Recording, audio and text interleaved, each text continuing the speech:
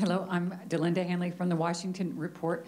This room is full of people who want to help have a Palestinian state, help you achieve your dreams. What can we do to help? And the journalists in this room, what would you like us to write and tell the American people? Is it about knowledge for Americans? They don't know, with the age of the internet and TVs, 24 hours and so on. They don't know the meaning of being under occupation. I cannot tell people what to do. I really cannot. You know better what to do here. You know the society. I don't know it. But as I told you, if you want to help Israelis and Palestinians, stand in the camp of those who are pro-peace. And don't excuse yourself if you find yourself for petty politics that you are in the camp of those who are against peace. We have an abundance of people in my society that they don't want peace. So in Israel, so in the Arab world, anywhere. And their numbers increase not because people like to join there, because they give you a chance day after day after day after day after day. And then despair begins to penetrate into their hearts and minds. And then after that, desperation builds nests in their minds. And ladies and gentlemen, in the Middle East, we know that desperation would always lead to desperate acts. So if you help us, the pro-peace, 2 states, you're helping yourselves. Last question. Can you give the lady?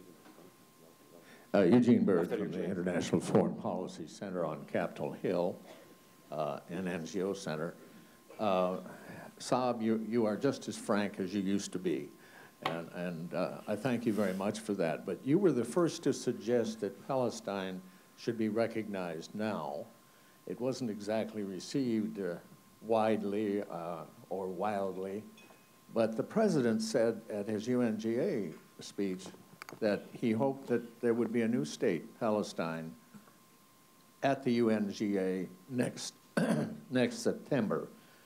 President Abbas has made a statement coming out of Libya about wanting the United States to recognize Palestine within the 67 borders, and you know the Security Council, if that doesn't happen, and a trusteeship council. But then he went on to say that if none of these happened, the Palestine Liberation Organization would turn everything back over to the Israelis for the occupation. How was that received in Palestine and in the United States, if you want to tackle that? I know what I said will cost me so much, but sometimes, and I do not call for the dissolution of the Palestinian Authority. I do not call for the resignation of President Abbas. I do not. What I simply said, Eugene, is that an authority was born in accordance with the contract here in Washington, 1993, to perform a task in a transitional period of 5 years and to take Palestinians from occupation to independence. Over the years, the Israeli occupying authority has been consistently taking away all the powers and responsibilities and jurisdiction of the Palestinian Authority. We have today no legal jurisdiction, no security jurisdiction. They can enter our areas, arrest people, put them to court. They can prevent the president of leaving if they wish. So what I'm saying is that the authorities that was born to achieve independence through the transition is no longer there. The question to us, as people who led the peace camp, because President Abbas is the father of the Palestinian peace camp. In 1978-77, he recruited me to the two-state solution. And we believed you when you told us, take the bus, we stand shoulder to shoulder next to those who stand to peace. And every time we end up in a US policies of seeking what's possible. What's possible is American diplomats go to Israel, find the Prime Minister of Israel, what he can do, what he cannot do, and then tailor the policy to fit his size. What we're simply saying today, you can no longer play it in accordance with what's possible. What's needed is what's required. And what's needed is not reinventing the wheel or eating the apple from the start. It's a two-state solution. So if President Obama says that he wishes that Palestine will be a full member next year, why would he stop me to go and seek membership? In 1922, Palestine, along with 18 other provinces on earth, were placed under mandate. We came under the British mandate. In 1945, the League of Nations dissolved. The UN was born. 17 provinces were transferred from mandate to trusteeship under the UN. Palestine disappeared. The mandatory power, UK, no one ever asked them, why? You were supposed to have two states. Why? Namibia was taken from mandate to trusteeship. Palau was the last case in 1994. Why? But the question is not legal. It's not intellectualism. It's not an academic thing.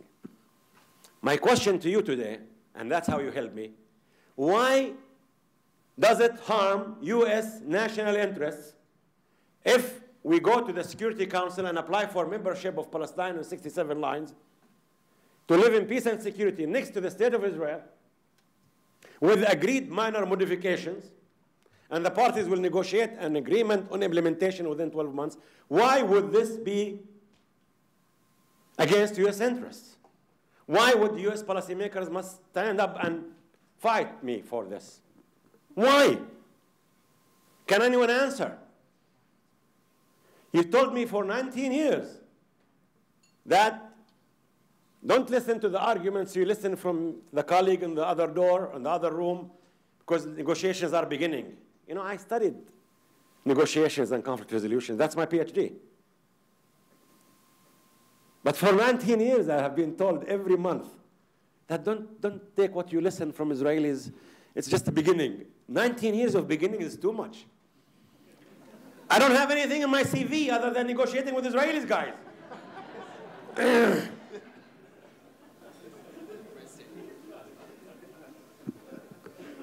And I really mean it. If they grant us full membership, then we have a border, then we become like Sadat. He was negotiating while they were building in Yamit because he knew his international border. I need to know my international border. And the least the US can do is give me this.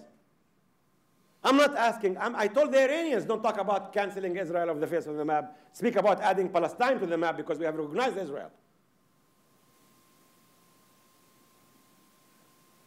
If you were in Abu Mazen's shoes, tell me, what will you advise him to do? What will you do? What were you to do? What else? So I'm not asking Eugene to dissolve the authority. What we're saying, if you want to maintain the status quo, Mr. Netanyahu, this Palestinian authority that you have deprived of all its jurisdiction, powers and responsibilities, cannot survive. That's as simple as that. It's as simple as that. We're not calling for dissolving the authority has already been dissolved.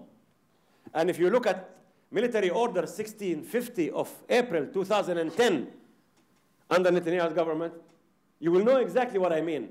They restored back the civil administration of Judea and Samaria, the occupation authorities, all the things that were dissolved in 1993 were reestablished.